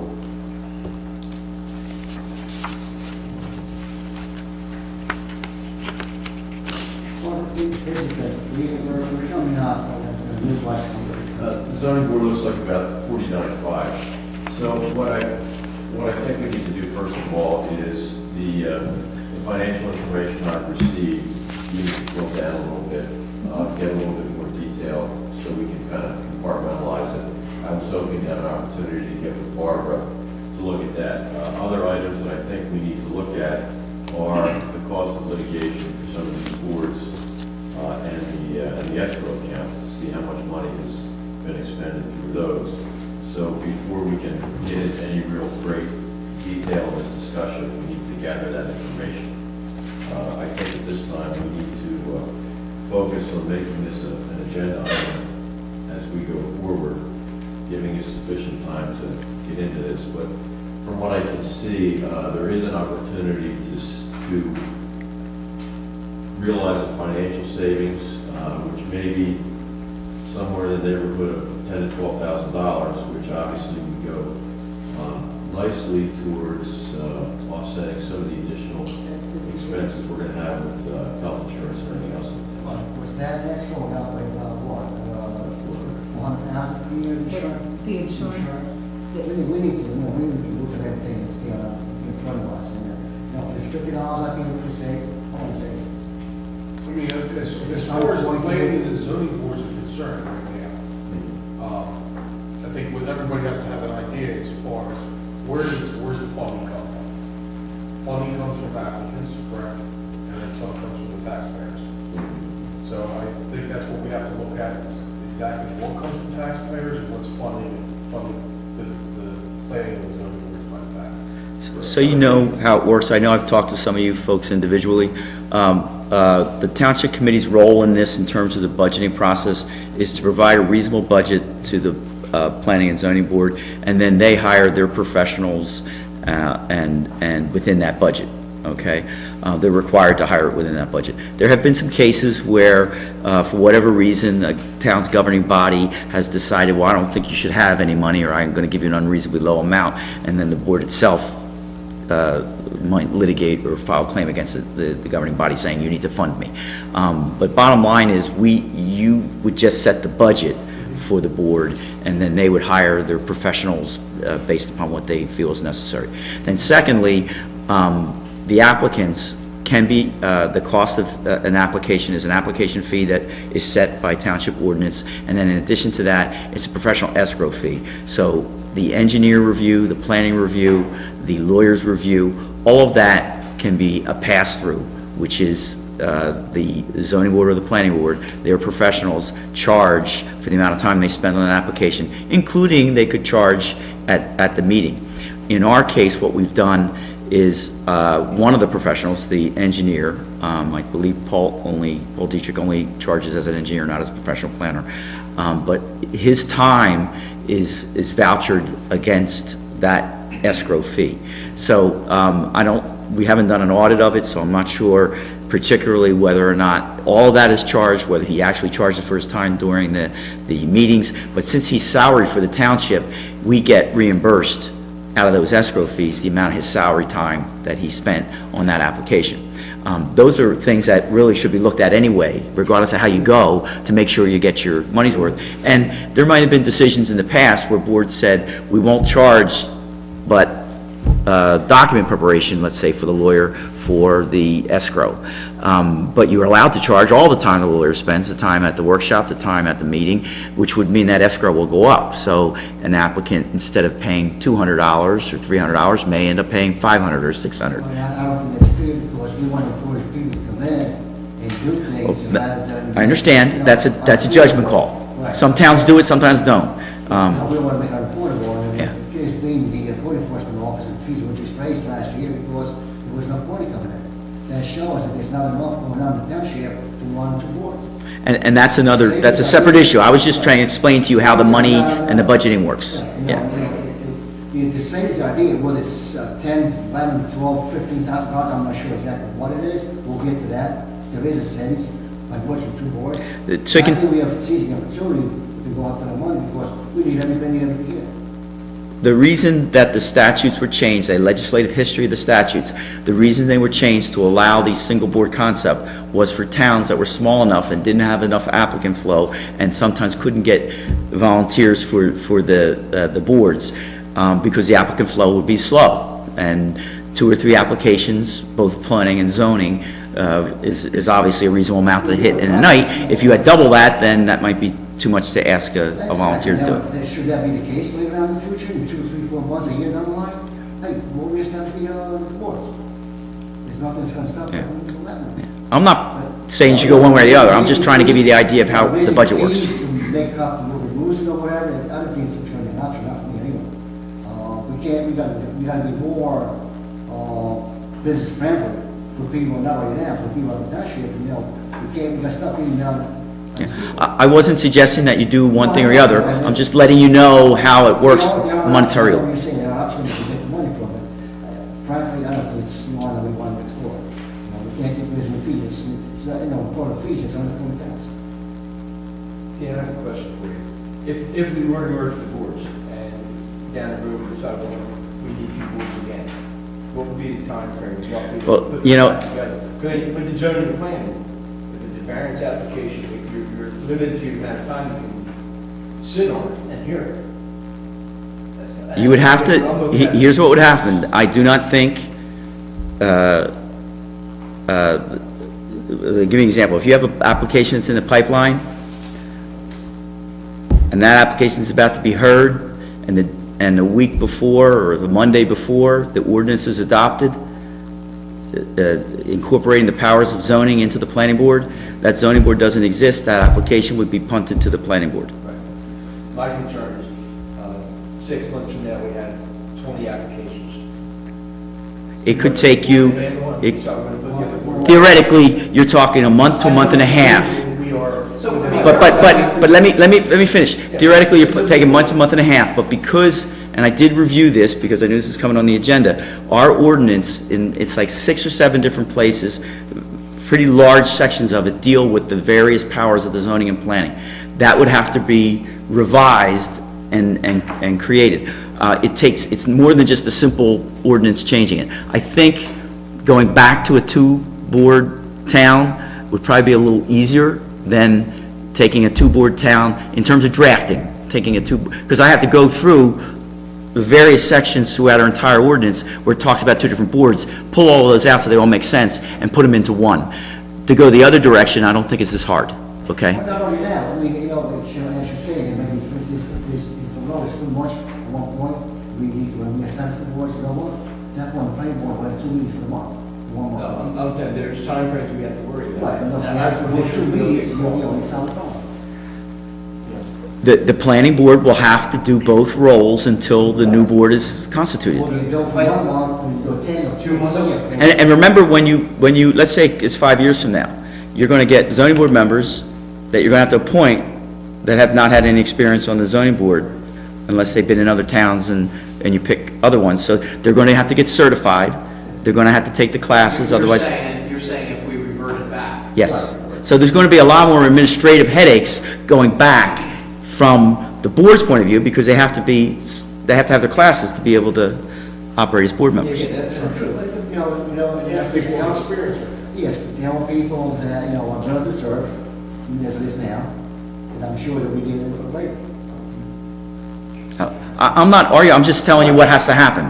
So It's your call, Tony. Because you touched on something, and just for my application, if we go to 1 board, is that the planning board? Is that what happens? It's planning and zoning, but it's appointed. My read of the statute, it's pretty clear that you can have a planning board, if your ordinance permits it, that also acts as your zoning board, does both.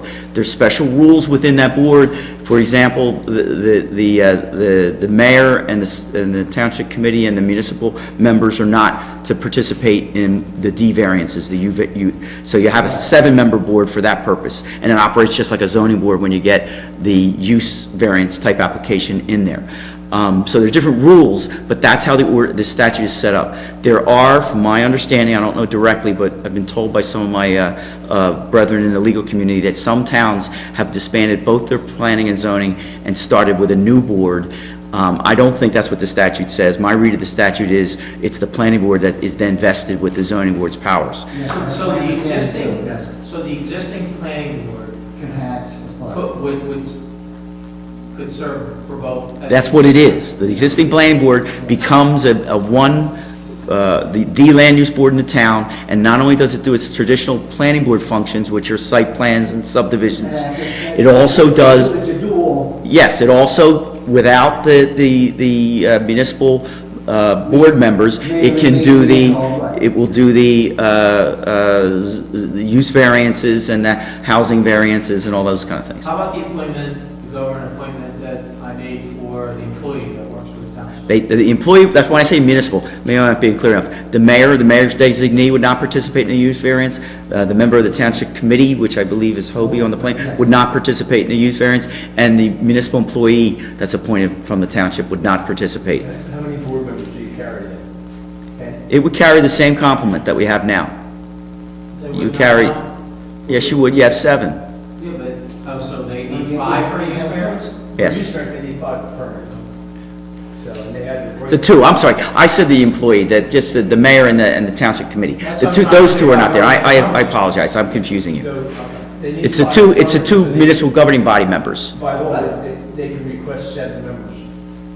Well, they can request to have the full 7 board member contingent, but then they need 5 Yes, votes. but if you remember, the planning board is larger than the zoning board, so the number of members, unless they're not showing up, is going to be the same, Okay. whether they go to the zoning board or the planning board.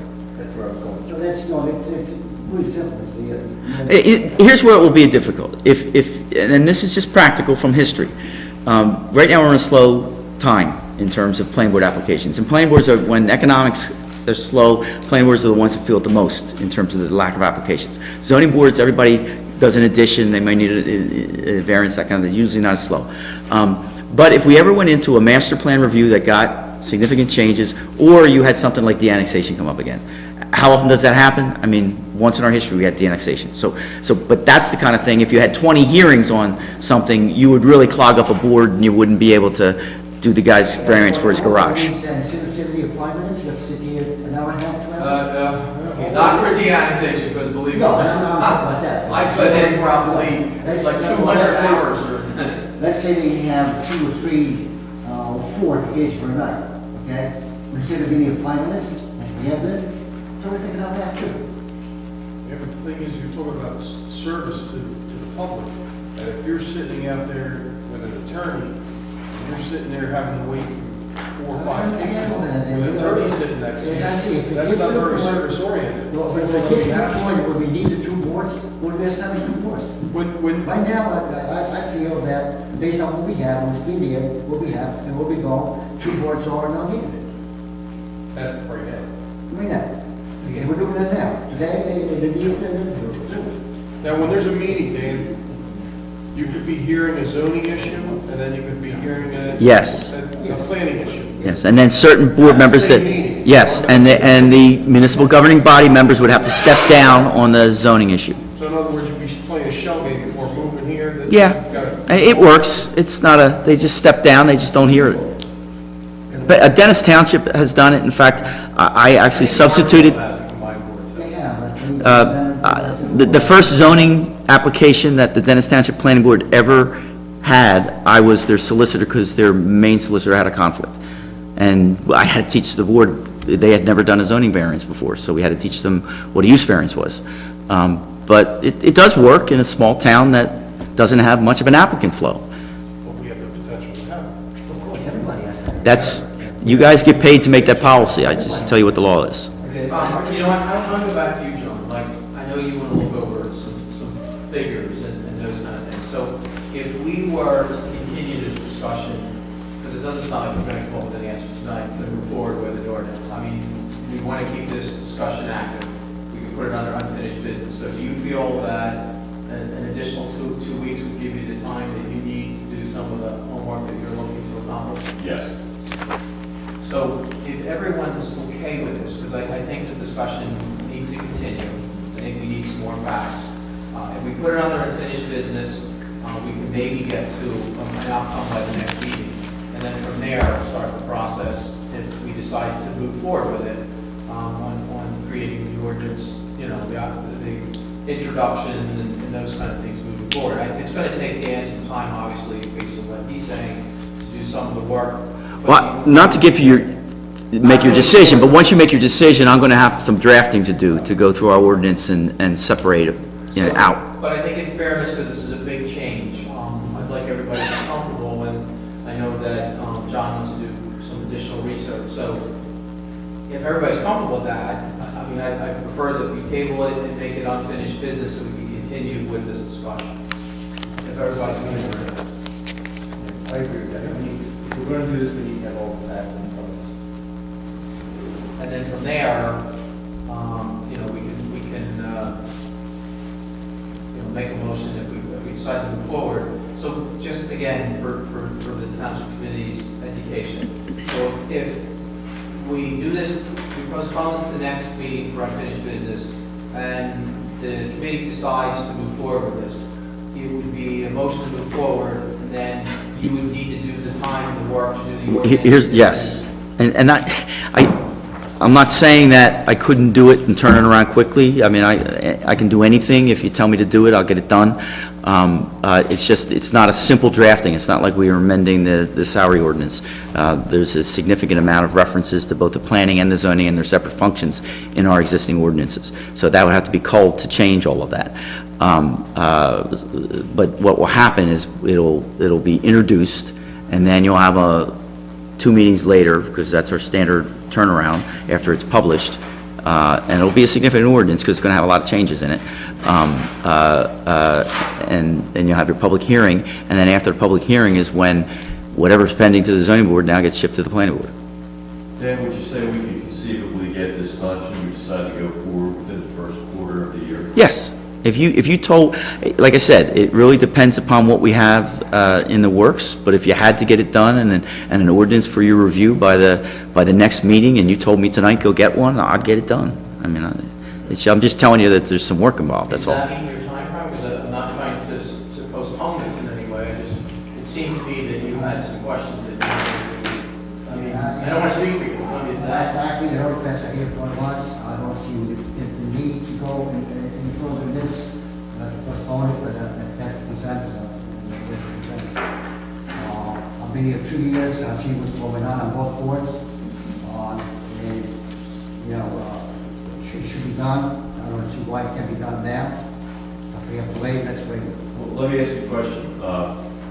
If we were to go forward tonight with a motion, would part of the discussion regarding the financial information still be viable as we move forward? Well, what you would be telling me to do, you would be spending the township's resources by telling me to draft an ordinance for a single board. All right, that would be the direction that you would give, to draft an ordinance for your consideration and possible adoption. Now, when we've done that in the past, you've actually scheduled it for adoption as soon as you've seen it, but you may want to look at it first. So that really depends on how quickly you want to do it. If you're not sure whether you want to spend the resources because you're not sure whether you're going to pull the trigger to say yes, you may want those answers before you tell me to start billing to produce a new ordinance. Because it would be wasted money if I produced an ordinance and you just said, I don't want to do it.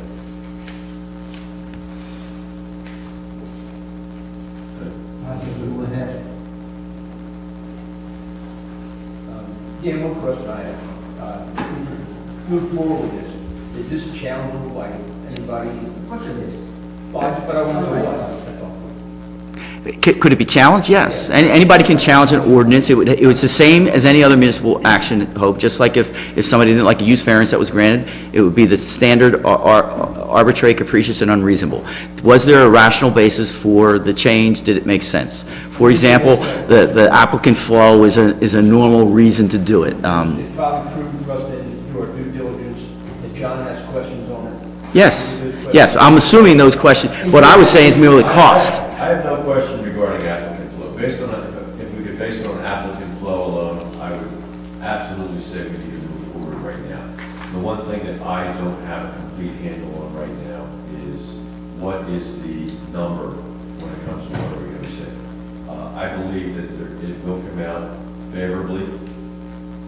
But most of the boards most of the boards I talk to say there are some economies. We're looking at this, besides the flow of the kids that don't have enough, we're looking at some savings, which would make a difference with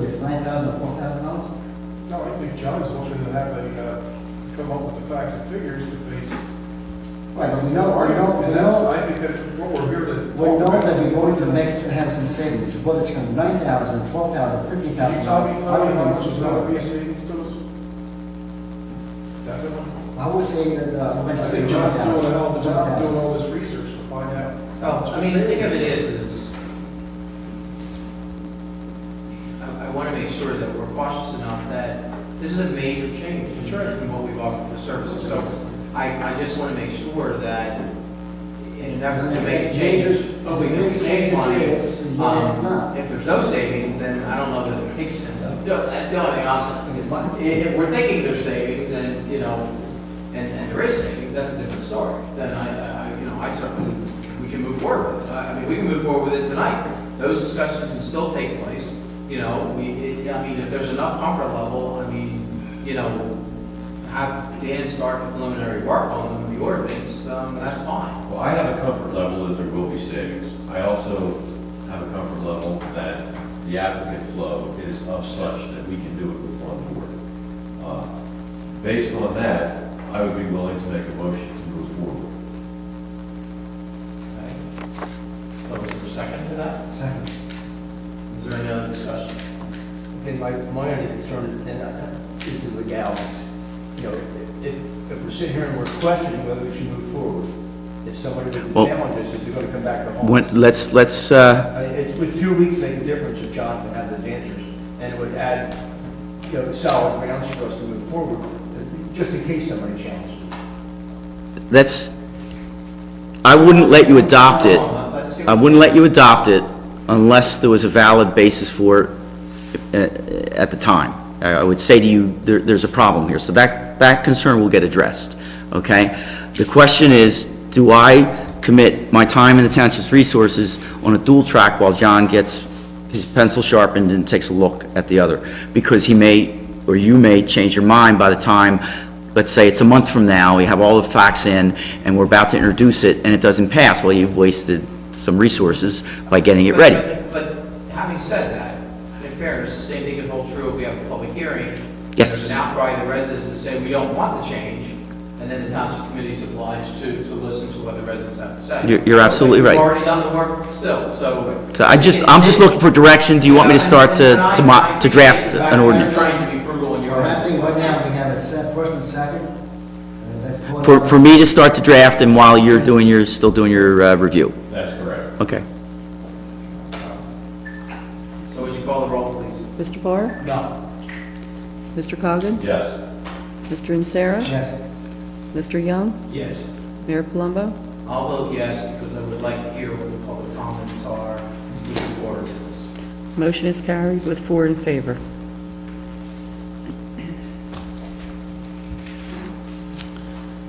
So we'll move forward with it, but because this is more than what I would look at a normal ordinance passage, I think residents really need to become aware of this. So we're going to obviously count on the media to make it known to individuals that when we get to the introduction part of it, we want the residents to really be aware that this is a significant change in how we run the government. So, I just want to make sure that residents have a fair understanding.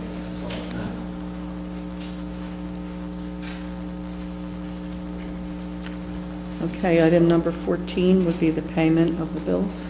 Would someone like to make a motion to pay the bills back? I hereby move that all claims submitted for payment at this meeting be approved, and that incorporated in full in the minutes of this meeting. Second. Would you call the roll, please? Mr. Barr? Yes. Mr. Coggins? Yes. Mr. Insera? Yes. Mr. Young? Yes. Mayor Palumbo? Yes. Motion is carried. There were a number of reports from the municipal departments: construction code, clerk's office, animal control, tax assessor, tax collector, municipal court, MUA report, division of EMS, and treasurer's report. Those reports will be available upon request tomorrow at the township clerk's office, but I'll make a motion that we accept the reports for the minutes. Second. Would you call the roll, please? Mr. Yes. Barr? Mr. Coggins? Yes. Mr. Insera? Yes. Mr. Young? Yes. Mayor Palumbo? Yes. Motion carried. So at this time, if anyone would like to address the township committee, now's the time to do it. We ask that you come up to the microphone, state your name and your address, and whatever you'd like to talk to us about. Say. Ted Kingston, Stratford. On the contract for the revaluation, I heard some talk of protecting the township. I would like the township to consider some protections for the taxpayer. The last time we had the reval, I think the only one there at the time was you, Mr. Mayor, but it was pretty brutal. My own situation, within a few years, my assessment was cut in half from what the company said. There were people that got tax appeals, got the value of a house, not a business, a house lowered by more than $1 million. Just a few years ago, the average sale price, I know in Strathmere, was 25% less than what the houses are valued at. I mean, that was a fiasco last time. I would like to see in the contract some protections for the taxpayer. Number one being, anybody that you hire, if there was anybody from CLT working for the company that you hire, that they at least not be able to come to Upper Township and work on it. You know, I mean, I would consider CLT, and if there's employees from CLT there, the contract should be disqualified. Well, I can tell you that CLT employees and CLT are not involved in this contract at all. Megan has reviewed the individuals involved. It's vital. It's frankly, if we hadn't had the state edict the last time, this is the company that our assessor at the time, Kristen, would have picked. So it should be. I mean, I obviously haven't gone through the process yet, but we're doing everything possible to have that fiasco not happen again. And then, frankly, Ted, I can tell you now, I had to defend the township's appeals. They're all done, but you're absolutely right. It was a mess. Okay. How about, is there any way we could put in the contract 2 years down the line that the assessments reflect within a certain percentage actual sale value? I mean, well, I mean, you're shaking your head. I think it could go the other way, too. I mean, if the economy could drive through the roof, I mean, I'm not, that's very optimistic. You can't tie that in because that changes. It's dynamic. The whole system recognizes the fact that values change from one year to the next. I understand that, but they change within a certain percentage. When you had within a few years of that reevaluation, people's value changing by 100%. I mean, my house went from, I was assessed at $1.5 million, and within a few years, my house is now, it's assessed at $704,000. Now, the economy didn't change that much. You know, the assessments need to be based on sale prices, not on myths and slogans like they were last time. I mean, The contracts themselves all have that in them. That'll be in there. That was all in the specs. Everything you just said was detailed in the specs. The issue is whether or not you're going to have competent appraisers, because frankly, it was in CLT specs too, and they were incompetent. okay. Without getting into all details, so I'm sure there's details all over the township, but how do you, in the contract, know that the company is going to, like CLT didn't know the difference between bayfront and oceanfront or inland, and you know, there was places at the point that they assessed as the middle of town when they were beachfront. I mean, just all that basic competence stuff that just was completely missing. I mean, how do we know, other than good faith, that we're going to get something that's fair? Again, the process this time was as a professional contract that, as Mr. Coggins explained, is different than a public bid to the lowest bidder. This happened to be our lowest bidder, but it also was certified by the assessor as the best professional for the job, which is much different than what happened before. Before, we were required by the Department of Community Affairs and the Division of Taxation to give it to the lowest bidder. And the lowest bidder was CLT, and you know, it could be a judgment as to whether or not they knew what they were doing, but a lot of people thought that they didn't. Okay. I don't know where else to go. I mean, I'll let it go at that, but it just was such a bad deal. And I mean, we all know there was an awful lot of ramifications. I understand that, and ironically, and that doesn't make it any easier for anybody to to swallow this. There were several other municipalities that went through the same process that we did. And I can recall North Wildwood, I can recall several other towns that ran into the same issues we did because they had to follow the same statutory requirements in putting it out to bid. And I think that's really probably what ultimately, was the change in the requirement to allow us to put this out as a professional bid or professional RFP. And, I rely, and I'm very confident, I'm sure Megan has worked with you and several other folks throughout, not only Stratford, but throughout the township, in going through the process. And I think she really is our resident expert that not only here, but the county relies on as well. When she says that she's gone through this and is very confident this is, the right professional company to hire, I feel, confident that, it'll be, hopefully, I don't want to jinx ourselves here, but, certainly a much smoother, even fairer process than what existed in the last time. And the only other thing I'll add to that is we were under the same kind of requirement that back then when the county required us, and the real estate market dropped in between giving out the initial bid and moving forward. The market dropped in a year, and it did drop 25% a year because the stock market just took a nosedive and everything just totally, went down the tubes. And so I hope that there's better things in place to prevent that from happening. But and I'm not making excuses for the other company because we wound up suing them for some of the balance that we owed them and won. Okay, so I'm just saying that I think the circumstances are a little bit different, and the fact that our assessor has taken a real active role in the whole process, I feel more confident that this should go better than it has in the past. It's going to be a different fact background this time, because then we had 14 years without a reval, and we had some of the best years in waterfront, beachfront price escalation. That's why, even if you hadn't had the collapse in the real estate market, you still would have had a 5 to 10-fold increase in some people's assessments in Strathmere, which is a very hard thing to take in 1 year. That's a really bad thing, even if it was valid. So that's not going to happen this time. This time what we've got, you've probably got Strathmere, because of all the appeals that have occurred in the last 5 years, you've probably got Strathmere very close to, most of the assessments are close to where they're supposed to be.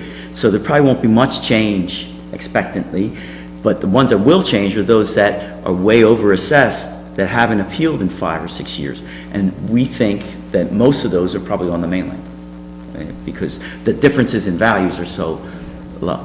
So I just, when all's said and done, if it's fair in the end, whatever my house is assessed at, I should be able to put up a sale sign and get that price. Now, I realize it's not a perfect world, but those two numbers ought to be within reason. you're absolutely And right. They haven't been for like a long time. Well, they have been in the adjustments that Megan has made in the last 5 years, wouldn't you say? They're better. Well, I still can't get what my house is assessed at. So, and I'm using me as an But example. I will tell you that I think if you asked many residents in the mainland, that's probably true here as well. Okay. Well, that would be the fair outcome for all of it. That should be the standard in the end, I feel. You know what I mean? If you get a number put on your house, you should be able to sell it for that. And if not, then the process isn't really fair, is it? You can't pay taxes on one price, and then when you go to sell your house, only get another price. If I'm going to pay taxes for this much value, then I ought to be able to sell it for that much value. That's only fair. And that's favorable on your side. But there's always the other side where all of a sudden the market takes a huge jump. Okay, especially on Bagger Island properties where your properties, you're gonna, it works a little bit both ways, because what I'm saying is if your property is worth $1 million in 2 years from now, you're gonna pay more taxes. Yes, because then I would have the option to sell it for $1 million. Okay. I haven't had that option. You're laughing, but I mean. I'm not trying to be facetious, I'm just saying that it's not going to be And I'm a not perfect either, world. it's just when you put people's backs up against a wall, they have to have the out to be able to sell what they're paying taxes on. And I haven't had that.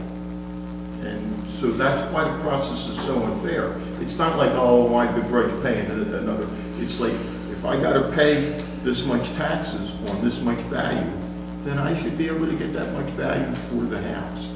And we've been a little, you know, we've been very far apart on that. Okay, thank you. Anyone else like to address the township committee at this time? Hearing utter silence. I'll close the public portion of the meeting, entertain motion to go into closed session. Does someone have to do, oh, he's taking it over for Mr. Newman, very good. That seat has not changed. I'm impressed, very good. You get usurped. I hereby move that a resolution be incorporated into the minutes authorizing the Township Committee to enter into an executive session for the following matters pursuant to the Open Public Meetings Act. Number 1, personnel. Number 2, contract negotiation, Cape May County on alcoholism and drug abuse. I also include in my motion the estimated time and the circumstances under which discussion conducted in closed session can be disclosed to the public as follows. It is anticipated that the matters discussed in closed session may be disclosed to the public upon the determination of the Township Committee that the public interest will no longer be served by such confidentiality. With respect to employment and personnel matters, such discussion will be made public if and when formal action is taken, or when the individuals involved consent that it can be made public. With respect to contract negotiations, such matters will be made public when negotiations have ceased and there is no longer a reason for confidentiality. Second. Would you call the roll, please? Mr. Barr? Yes. Mr. Coggins? Yes. Mr. Insera? Yes. Mr. Young? Yes. Mayor Palumbo? Yes. Motion is carried. Thank you all for attending this evening. Wish you a safe trip home, and hopefully we'll be able to attend the next meeting.